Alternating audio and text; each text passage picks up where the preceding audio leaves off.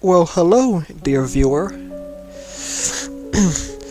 In the year 1992, Bruce Campbell fought off the Army of Darkness in the Dark Ages. And the way his story ended depends on where you live. But my place is here, so I swallowed the juice, said the words, and here I am. No! I slept too long! Maybe I didn't say every single tiny little syllable. This theory will use the US version, where he succeeds in returning to his time. But what is this theory? Well, in 2013, we got an Evil Dead remake, but based on one crucial aspect of Sam Raimi's original trilogy. This remake is actually a direct sequel.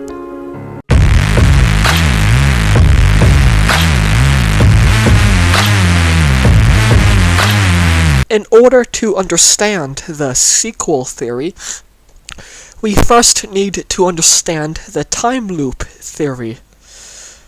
At the end of The Evil Dead, we see Ash stumble outside, only to be attacked by the Deadites yet again.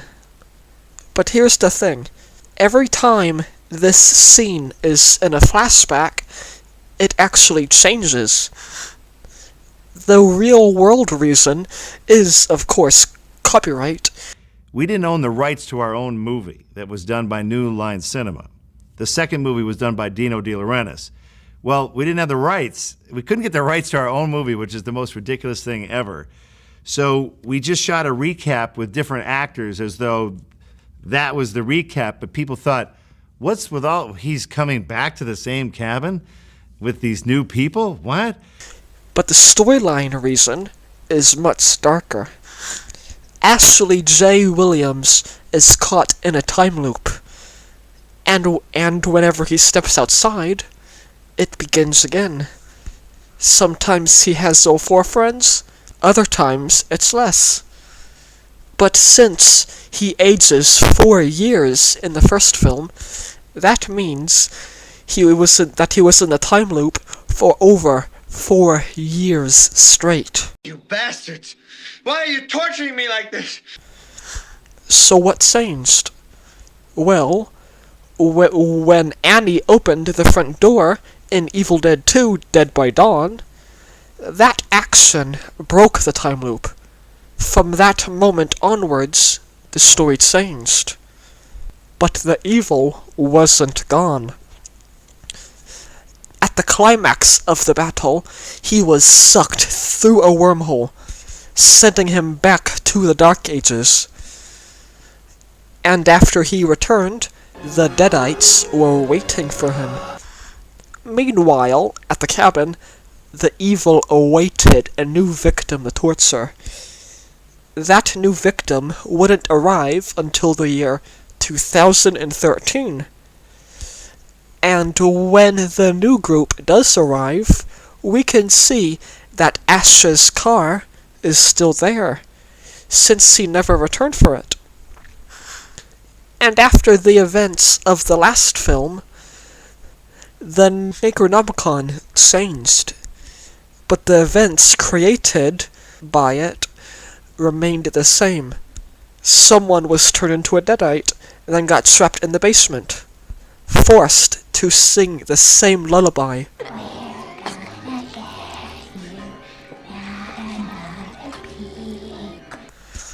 And someone was still destined to lose an arm. But after Ash defeated them last time, the Deadites are more angry and determined than they were before. However, the new victims did something different as well. They succeeded in destroying the cabin, thus ending the curse. Until, of course, Ash awakens them again like a dumbass. But now that they are free from the confines of the forest, they decide to terrorize the entire city instead. So it is really just one big connected story, and the Evil Dead remake is actually Evil Dead 4. which would make this series Evil Dead 5. When I eventually get around to watching the series, I might revise my theory. But for now, I will stand by my sequel theory. So until next time, my name is John Mortum, and you have been watching Disturbed Kiwi.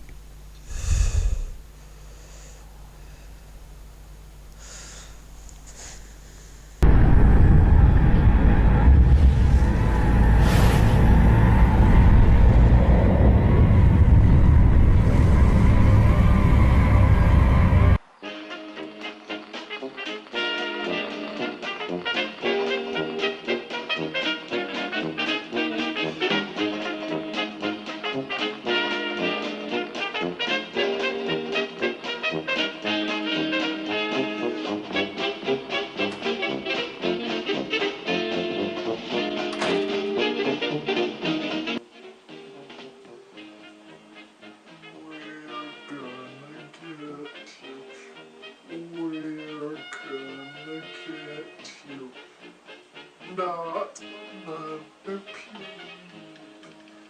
Time to go to sleep.